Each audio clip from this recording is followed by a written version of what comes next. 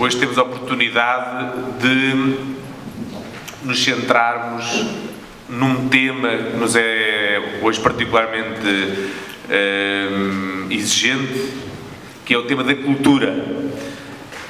Todos os convidados que estão aqui connosco hoje, de certa forma, são especialistas numa das áreas da cultura.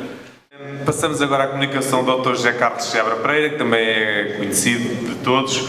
É professor da Faculdade de Letras da Universidade de Coimbra e na Universidade Católica. Investiga e leciona nas áreas de teoria literária, literatura portuguesa moderna, estudos camonianos e estudos pessoanos.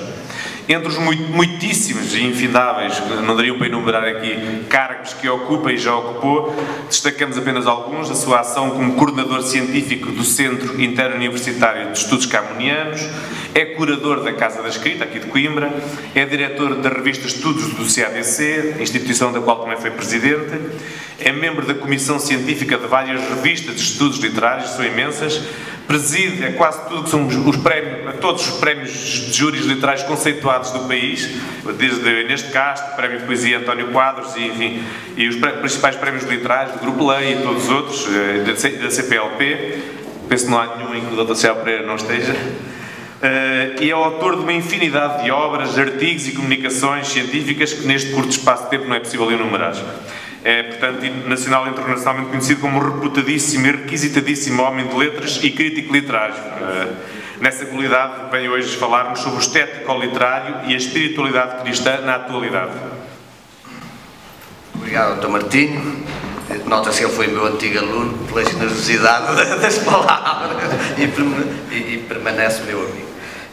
Queria saudar naturalmente os meus companheiros de mesa, já está justificado a minha chegada mais tardia, e saudar todos os que me convidaram, Jorge, Martinho e todos os que estão presentes. Como parece que não tenho muito tempo, eu às vezes abuso da libido da palavra, vou direto a algumas das coisas que vos queria dizer. Eu queria ao mesmo tempo poder trazer algum contributo em vários planos. No que me pareceu, porque eu vi das respostas às questões, eu já cá estava nessa altura, o que foi o fio da meada, mais ou menos, que passou entre a Cristina, o Raimundo e o professor João Maria André. E agora da intervenção da doutora Joana Brites. Em primeiro lugar, o que gostaria era a questão da literatura. Não vamos agora defini-la, mas muito simplesmente poderíamos dizer, embora com imperfeição, que podemos continuar a chamar-lhe a arte em linguagem verbal.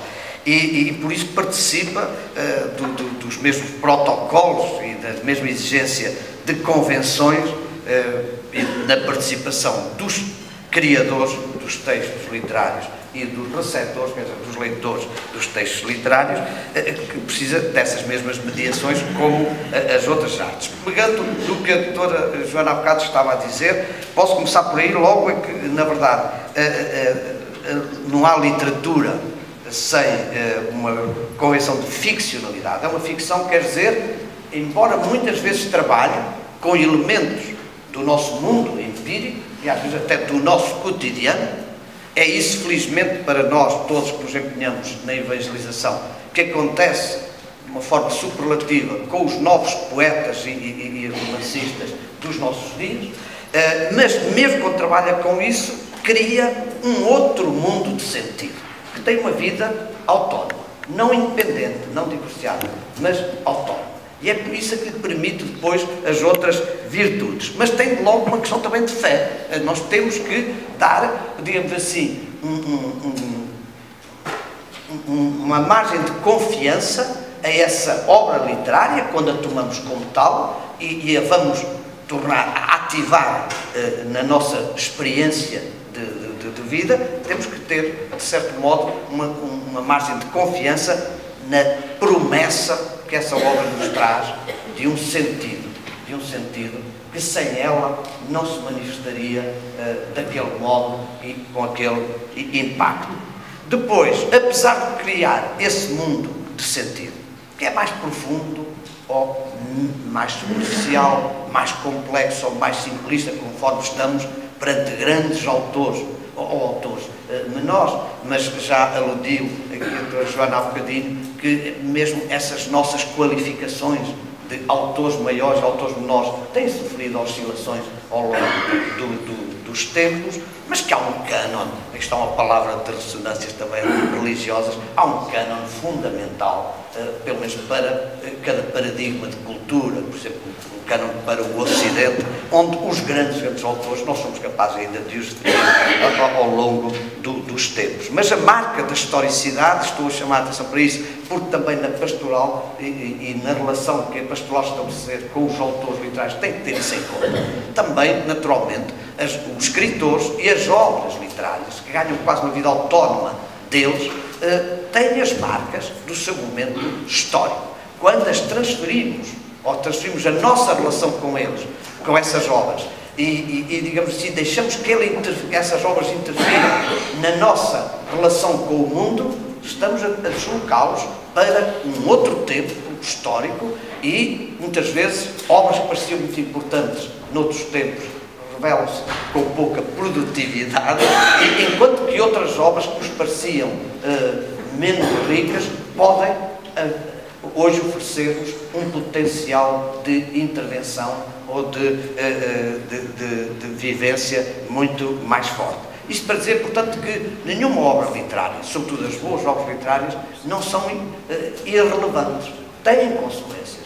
A arte, como toda a obra de arte, a arte literária tem consequências, mas precisamente porque tem o seu mundo próprio, começa por ter, chamaria a atenção para isto, este valor antropológico. Ela parece, a obra de arte literária parece como que liberta da obrigação de um efeito de ação imediata num só contexto de situação, num determinado e só contexto, único contexto de situação. Pelo contrário, a obra de arte literária, se tem algum valor, acaba por ter vitalidade e esse potencial de intervir na nossa relação com o mundo, nas nossas relações interpessoais, nas nossas atividades de colaboração, no fundo, com a obra inacabada da criação, e sendo liberta disso, também é libertadora. E a obra de arte literária, como as outras obras de arte, tem desde logo este valor que não é nada despiciente para os nossos dias, que é, se nós podemos pensar que o homem é o único ser que não quer viver apenas para subsistir e para trabalhar para subsistir, às vezes tem que isso, mas então é escravo, não é? Mas o homem nunca quer isso. Não é? Então a arte oferece-lhe sempre uma imagem e um estímulo de que é possível essa aspiração da condição humana de ser um ser que se liberta e que quer outras coisas, outras formas de uso do tempo e das suas energias, que não seja apenas trabalhar para subsistir. Então a arte traz, através da beleza, etc., tudo isso, mas como é que ela pode, de certo modo, cativar-nos? Se posso acrescentar alguma coisa ao que foi dito pela doutora Joana Brites, é isto, é uma coisa que parece já muito antiga, já lá vinha desde o Aristóteles. Quando ela disse, eu também sou capaz de fazer isso. Ora bem, essa sensação que vocês já tiveram às vezes perante um poema, ou perante um passo de um conto, ou de um romance, dizemos, bem esgalhado, bem apalhado. Mas eu já tenho pensado nisso, também era capaz de fazer isso, mas não fizemos. E o que é que geralmente nos chama a atenção? Se essa obra nos aparece como uma coisa já muito previsível, a gente começa a ler uma linha, parece que já está a adivinhar tudo o resto, ou repetitiva, etc., ela está desgastada, saturada, e por isso não nos cativa. Nós lemos, passado um tempo já não nos lembramos nada. O que é que, mesmo que aquela obra tenha aparecido perante nós com uma presunção de tratar de um tema de uma eminente dignidade, não é? E de uma grande profundidade. Pelo contrário, às vezes um texto que parece que situar-se no plano do comezinho, de repente chama-nos a atenção para aqui. Aquilo que Aristóteles, mas também as grandes escolas de estudos literários do século XX chamaram o estranhamento. É quando surgiu uma forma de expressão que nos surpreendeu, às vezes até nos obrigou a uma maior atenção, um maior esforço, alguma dificuldade. Isso provocou uma alteração na nossa percepção da realidade. Ou porque é uma realidade a que ainda não tínhamos prestado atenção, ou às vezes uma realidade do nosso cotidiano mas que já tinha entrado nas nossas rotinas e, portanto, tinha-se desgastado o potencial de sentido que isso tinha. Então, de repente, um escritor consegue-nos fazer ver isso de modo diferente. Aquilo que no filme do Clube dos Poetas Mortos, o professor, embora arriscadamente, tentou fazer, ponham-se em cima das carteiras, etc. E é ver as coisas de maneira diferente, quebrar a habituação, quebrar a rotina, e o que os escritores fazem, muitas vezes, é provocar esse anti-automatismo. Nós tendemos, por uma economia de esforços, para usar a linguagem e os gestos e as nossas ações com essa economia de meios e segundo a habituação. Isso às vezes traz-nos uma ilusão de eficácia imediata com menos esforço. A contrapartida negativa é que se empobrece em termos de relação com o mundo. Então, na verdade, já estão a ver que muitas vezes o nosso apelo a uma vivência da vida, uma vivência em função de Cristo, nos obriga a uma desinstalação, a quebrar com as rotinas acomodadas, pois a arte, e em particular a arte literária, e até mais em particular a poesia, tem aí um poder extraordinário de provocar essa retoma de uma pequena aventura de desinstalação e de busca de uma nova visão do sentido. Sendo assim, como é que agora posso passar ao segundo plano? Isso tem sido, na literatura portuguesa, creio que era mais isso que queriam que eu falasse, contemporânea, tem ainda sido, digamos assim, praticado em áreas que implicam, pelo menos, o religioso, o sagrado. Não é preciso dizer aqui perante esta plateia que estou agora a nomear coisas relacionadas, às vezes intimamente relacionadas, mas não são coincidentes, não é? O sagrado, o religioso, o espiritual, e tudo isso de inspiração cristã, ou pelo contrário, houve um empobrecimento geral dessa presença cristã na literatura, houve mesmo uma rasura do espiritual, uma ausência de Deus. Bom, começaria por aqui, a minha preocupação também, porque foi nisso que me induziu o Dr. Martinho, era de não teorizar mais, já acabei o que tinha a dizer, mais teorizador, digamos assim, e dar-vos alguns instrumentos, alguns sinais. Por um lado, eu queria tranquilizar-vos neste sentido, é de que, graças a Deus, temos grandes escritores que produzem textos com ricas implicações espirituais e algumas de claro signo cristão. Segundo, é de que essa presença não diz respeito apenas a gerações já passadas, não diz respeito apenas a autores mortos, embora as obras deles sejam vivas e portanto, ainda com uma grande serventia, se posso dizer, para um recurso evangelizador a esses textos. Nesse sentido, eu agora não me ia demorar, porque vos lembrava que quando foi do jubileu, se publicou, entre outras obras, um grande volume, um grande e bonito volume, que corria todas as áreas da cultura e fazia como que um balanço dos últimos 50 anos. Portanto, eu fui encarregado de redigir o texto sobre a literatura. E é um texto muito extenso, que em grande parte vou transformar em livro, e no fundo vinha desde a Segunda Grande Guerra, pelo menos, até esse limiar do novo século. Eu pude aí comprovar que houve, na verdade, uma presença, se não, agora vou distinguir duas coisas, da condição cristã, em muitos casos é a condição cristã, noutros da questão cristã, e já vou explicar melhor sobre isso, mas que havia condição cristã e questão cristã em quase toda a literatura portuguesa desses séculos. Embora, em alguns momentos, tenham surgido fatores iniludíveis, não vale a pena escondermos, de grande desgaste, ou mesmo de afastamento. O que é notório, aliás, mesmo quando certos certos momentos do ano, que nós vivemos como ano litúrgico, mas que estão socializados, como sabem, parecem apelar para a produção de uma literatura de referencial cristão. A que é que me refiro? Onde reparar que há uma produção contínua e ainda abundante a propósito do Natal, mas que, infelizmente, os textos inspirados pela paixão de Cristo e pela Páscoa têm diminuído drasticamente, de geração em geração. Porquê? Porque muita da produção literária sobre o Natal não é peculiarmente espiritual, religiosa, cristã. Foca, inspira-se noutros aspectos de convívio familiar, de festa, de conforto afetivo, etc., mas dilui em grande parte aquilo que para nós é fundamental. A Páscoa aparece com uma exigência muito maior, mesmo para escritores, diríamos escritores doutrinados, nota-se que há uma maior dificuldade em focar isso.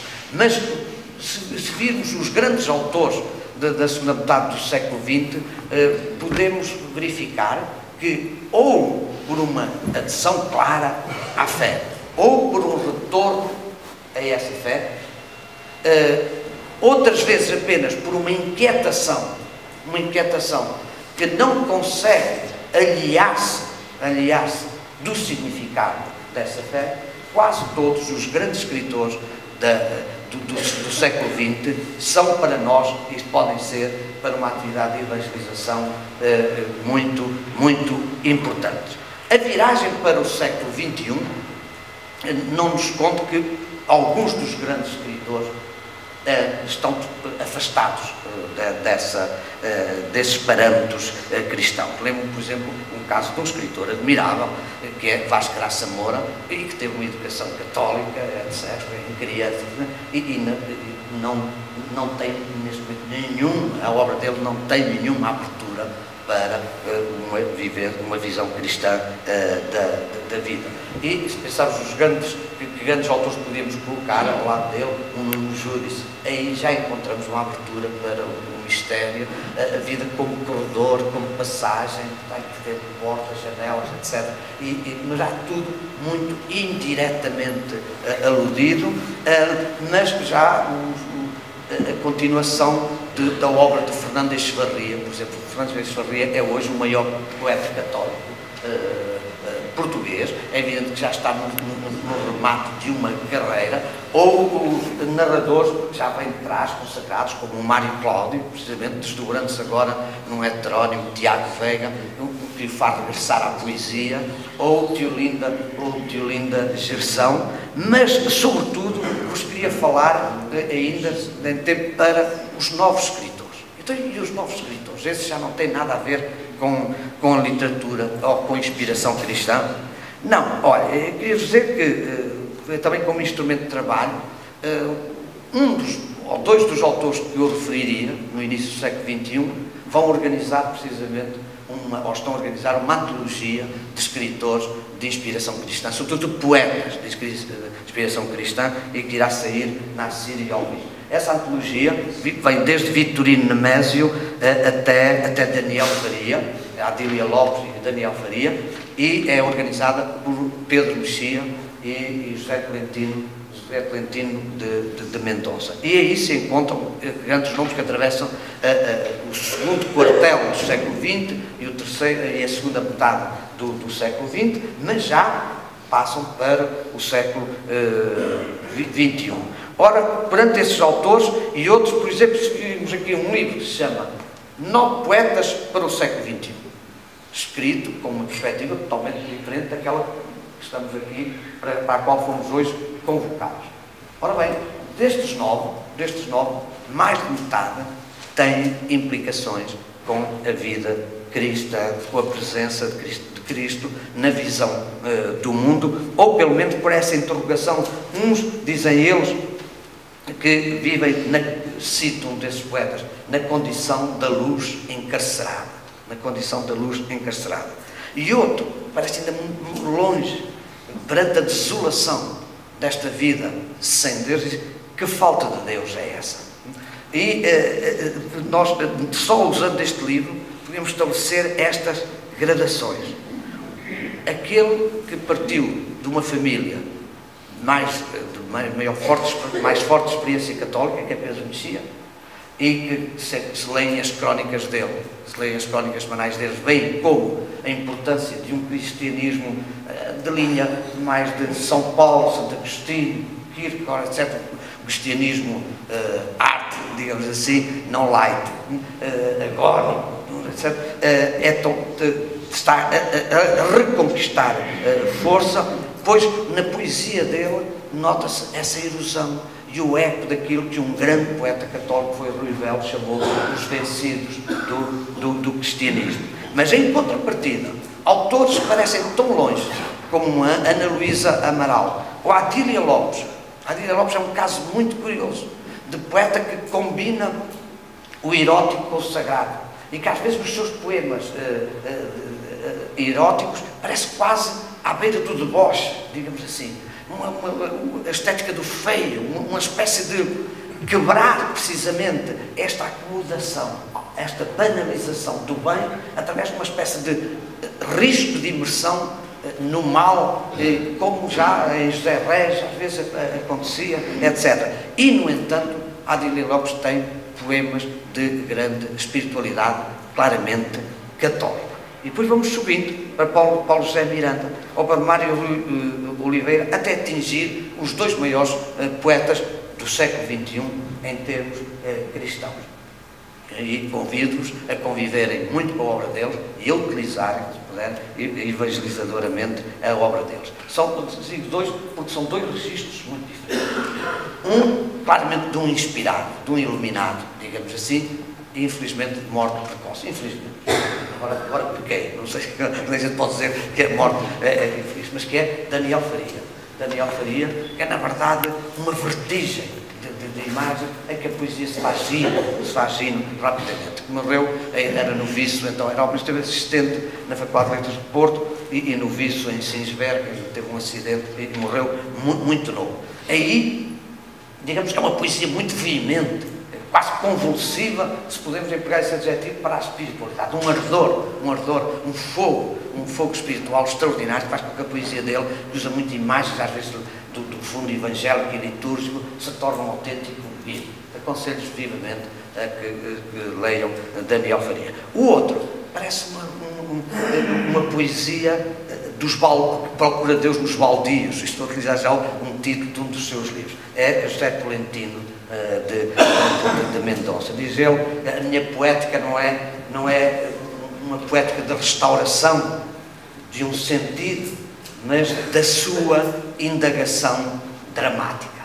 Ora, se lerem a poesia de José Tolentino de Mendonça, que está ainda em pleno desenvolvimento, e um autor que se desdobra depois também na crónica, no ensino, etc., terão um tipo de poesia muito diferente. Parece com uma linguagem muito próxima da que usamos nas relações interpessoais do nosso dia-a-dia. E Deus está onde? Raramente está lá, digamos assim, em resplendor.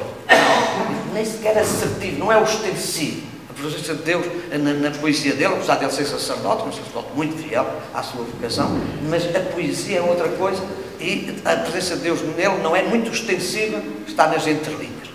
É um convite extraordinário precisamente a essa indagação, essa procura, esse caminhar em procura e um grande autor. Por outro lado, têm surgido casos diferentes, quer de conversões. Já tínhamos visto na segunda metade do século XX, conversões através da poesia. Há como que um sentido que se gera pelo interior da parte da arte. Estou a pensar no caso de José Augusto Seabra, que na sua juventude esteve muito associado ao marxismo revolucionário e que depois faz um caminho, claro, meio esotérico, mas muito pelo estético, até acabar numa vivência católica, que a morte também veio surpreender, e muito paracletiana, muito ligada ao Espírito Santo, etc.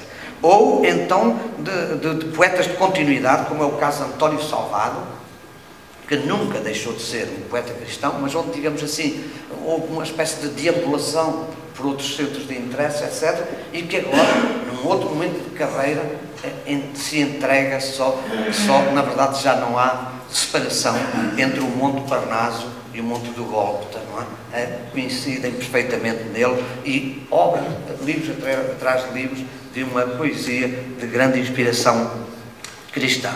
Ou um autor, ainda também muito jovem, como José Rui Teixeira, que vem da parte da teologia e hoje dirige, e aqui está também uma sugestão para qualquer coisa que pudesse de frequência ou de criar aqui qualquer coisa de paralelo.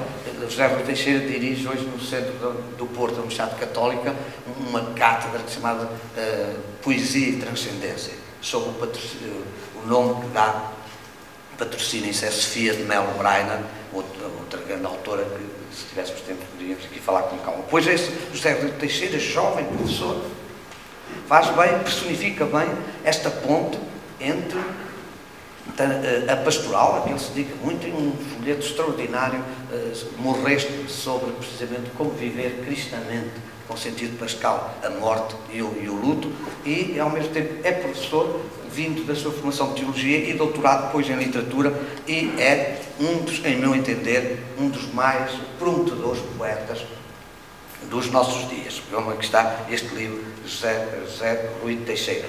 E já mais recente, e agora para não aproximar aqui do Martinho, de uma jovem de Coimbra, ou que publica aqui em Coimbra, Carla Furtado Ribeiro, em silêncio, um silêncio precisamente cheio de vozes, daquelas vozes do estranhamento, e precisamente este livro foi apresentado por Martinho Soares. Então, ainda o outro nome que não podia deixar de chamar a atenção, regresso, Gabriel Magalhães, professor ao mesmo tempo em Salamanca e na Covilhã, na Universidade da Beira Interior. Está um caso de regresso. Não é bem uma conversão para o encontro com Deus, mas é um reencontro de Deus. E é curioso que ele, neste livro, ele é poeta, é romancista, isto é um livro não é de crónicas, também não é de ensaios, como que de reflexões, de testemunhos. A partir aqui, neste livro, espelho meu, a partir claramente da meditação do Evangelho, passos do Evangelho. Mas Gabriel Magalhães tem esta coragem de assinalar como ele foi atingido, em determinada altura, por uma certa tendência de geração intelectual, que olhava as questões religiosas com uma certa sobranceria. Isso eram, digamos assim, remanescências, restos que ainda iam alimentando os simples, mas que um homem de inteligência culta nunca aceitaria familiarizar-se com ela ou integrá-la na sua vida. Ele aqui faz, digamos assim, uma espécie de penitência cordial disso.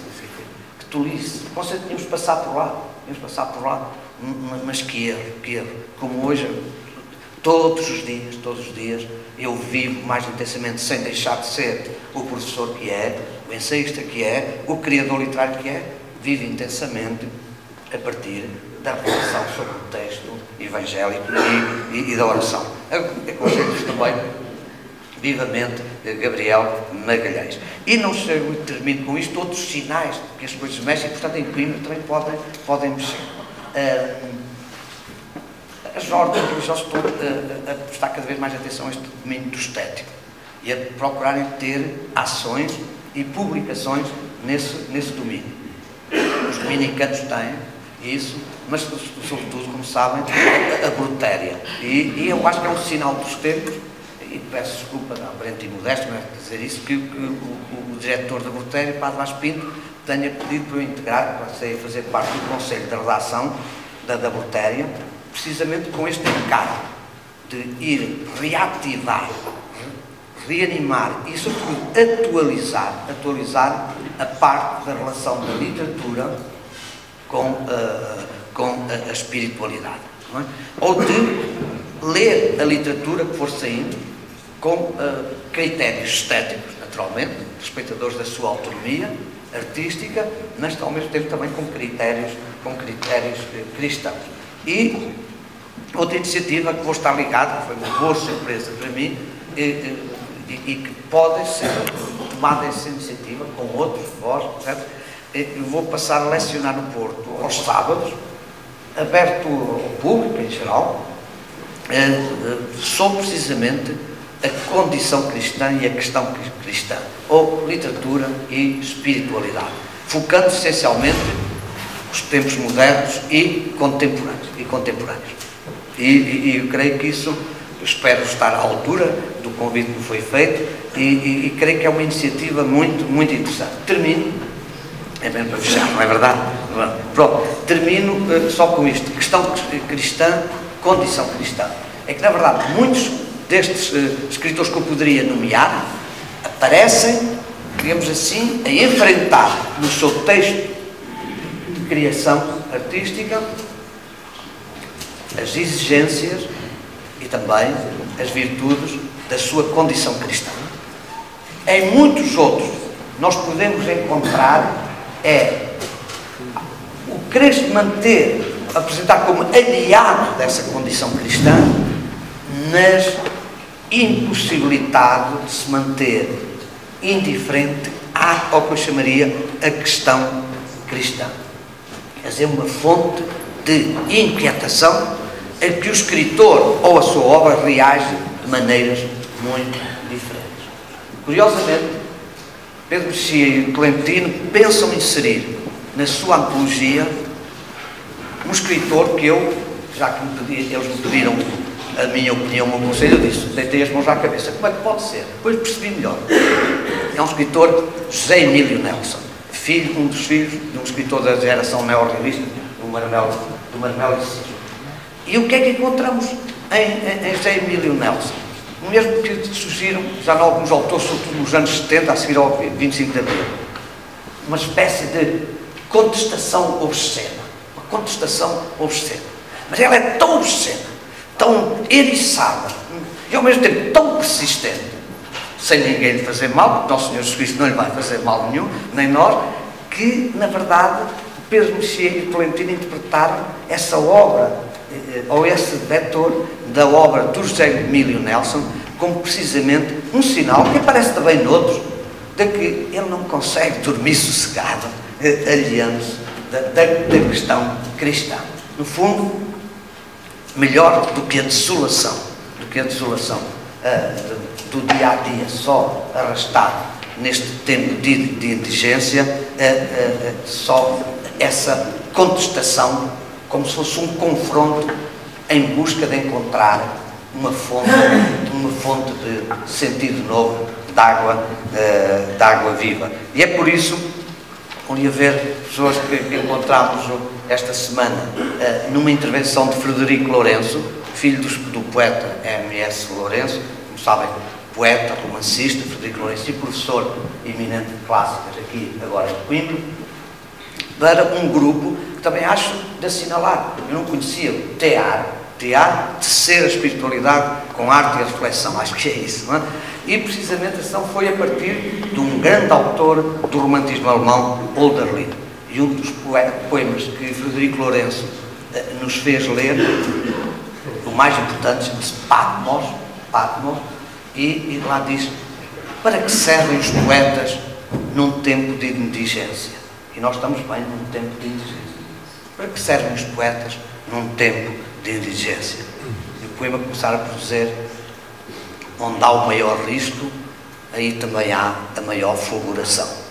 E é por isso, é isso com certeza que todos vós quereis propiciar, provocar na vida daqueles com que em nome de Cristo contactam, é de que mesmo quando se sentirem num tempo de indigência e de risco, se abram a esse fulgor da revelação e da presença de Nosso Senhor Jesus Cristo. Não esquecendo que foi um grande outro poeta, com isto mesmo agora termino, Teixeira de Pascoais, um grande poeta religioso, embora heterodoxo, disse, entre outras coisas maravilhosas de ordem metafísica, etc., disse isto: todas as grandes épocas da humanidade quase que se cingem numa palavra, o seu sentido.